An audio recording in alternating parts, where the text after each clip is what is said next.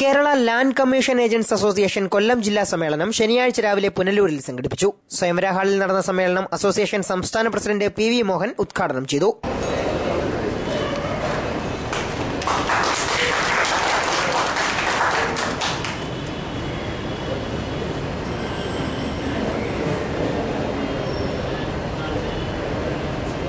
ഏരൂർ സുനിൽ അധ്യക്ഷത വഹിച്ച യോഗത്തിൽ ഡി സതീശൻ കടക്കൽ സ്വാഗതം പറഞ്ഞു.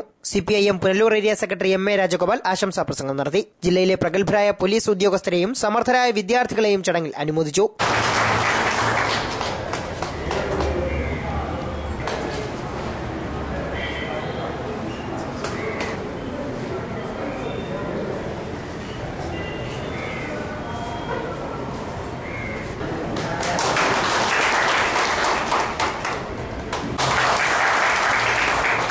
വിവിധ രാഷ്ട്രീയ ട്രേഡ് യൂണിയൻ നേതാക്കന്മാർ സമ്മേളനത്തിൽ പങ്കെടുത്തു. ലൈവ് വാർത്ത പുനലൂർ.